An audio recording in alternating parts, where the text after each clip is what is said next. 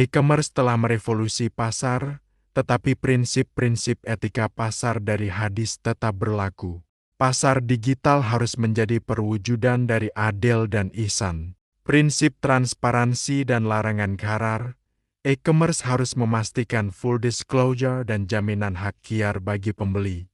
Hadis tentang larangan gharar menuntut kejelasan penuh mengenai spesifikasi produk, ketersediaan stok, dan waktu pengiriman. Praktik yang melanggar, seperti manipulasi ulasan, informasi palsu, atau dropshipping tanpa akad yang jelas, adalah bentuk gharar digital. Larangan zulm digital, jika e-commerce didominasi oleh manipulasi algoritma untuk menekan harga jual UMKM, ini melanggar prinsip adil distributif dan larangan zulm penindasan. E-commerce yang islami harus memfasilitasi kasb dan akses pasar yang adil bagi usaha mikro, kecil, dan menengah UMKM, bukan menciptakan monopoli digital yang merugikan.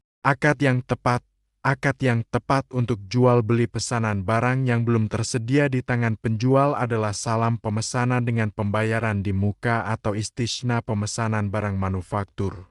Ini adalah adaptasi dari hadis Nabi yang memberikan solusi untuk transaksi yang membutuhkan waktu produksi atau pengadaan. Fintech Syariah. Inovasi dan kepatuhan syariah fintech financial technology menawarkan peluang besar untuk meningkatkan inklusi keuangan syariah. Namun, setiap inovasi harus melalui filter ketat usul al-hadith dan usul al-tafsir. P2P Lending Syariah. Platform peer-to-peer lending harus menggunakan akad berbasis profit loss sharing mudharabah atau musyarakah atau akad jual beli yang sah murabahah, bukan akad utang berbunga riba nasiah. Fintech harus menjadi solusi untuk mempermudah akses pembiayaan yang adil, bukan sekadar mendigitalkan riba. Digitalisasi zakat dan wakaf. Fintech mempermudah pengumpulan dan penyaluran zakat dan wakaf, meningkatkan efisiensi dan transparansi. Ini adalah aplikasi positif dari teknologi yang sejalan dengan semangat hadis untuk mempermudah kebaikan. Tantangan baru. Fintech juga menghadirkan tantangan baru, seperti cryptocurrency dan smart contracts. Para ulama harus melakukan ijtihad kolektif untuk menentukan apakah aset digital ini memenuhi syarat sebagai mal mutakawim, harta yang bernilai, dan apakah mekanisme smart contracts bebas dari gharar dan maisir.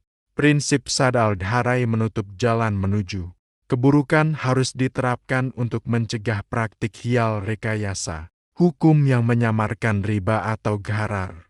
Green economy dan hifz al-biyah sebagai maqasid syariah kajian hadis.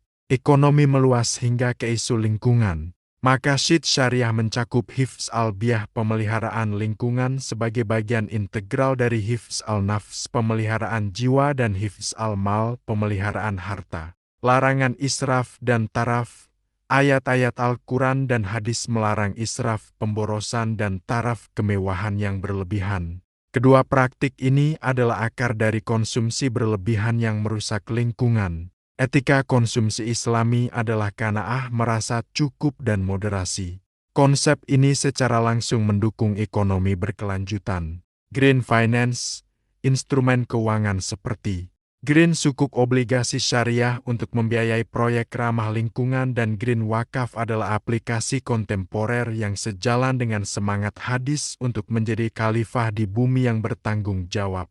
Hadis tentang pentingnya menanam pohon dan menjaga kebersihan adalah landasan etika lingkungan dalam ekonomi Islam. Integrasi metodologi dan aplikasi kontemporer modul ini telah melatih kita untuk 1. Memverifikasi sanad dan matan sebelum menjadikannya landasan hukum. 2. Menafsirkan nas secara kontekstual asbab al-nuzul, asbab al-wurud.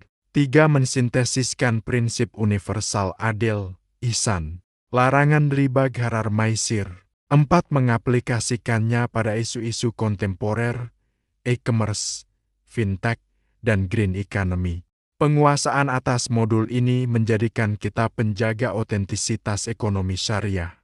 Setiap fatwa, produk keuangan, atau kebijakan publik yang kita rumuskan kelak harus dapat ditelusuri kembali ke dalil yang sahih dan tafsir yang makbul.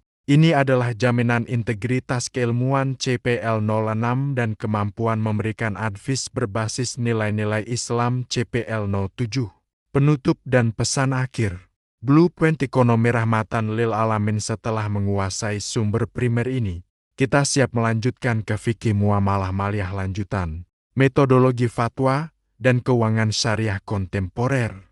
Semoga setiap kali kita membuka Al-Quran atau kitab hadis, kita tidak lagi hanya melihat teks suci, tetapi juga melihat blueprint ekonomi yang adil, inklusif, dan rahmatan lil alamin. Sesungguhnya Al-Quran ini memberikan petunjuk kepada jalan yang paling lurus dan memberi kabar gembira kepada orang-orang mukmin yang mengerjakan amal saleh bahwa bagi mereka ada pahala yang besar. Qiyas, Al-Isra 9. Tetap istiqamah menegakkan syidik dalam setiap analisis dalil dan ihsan dalam setiap aplikasi ekonomi.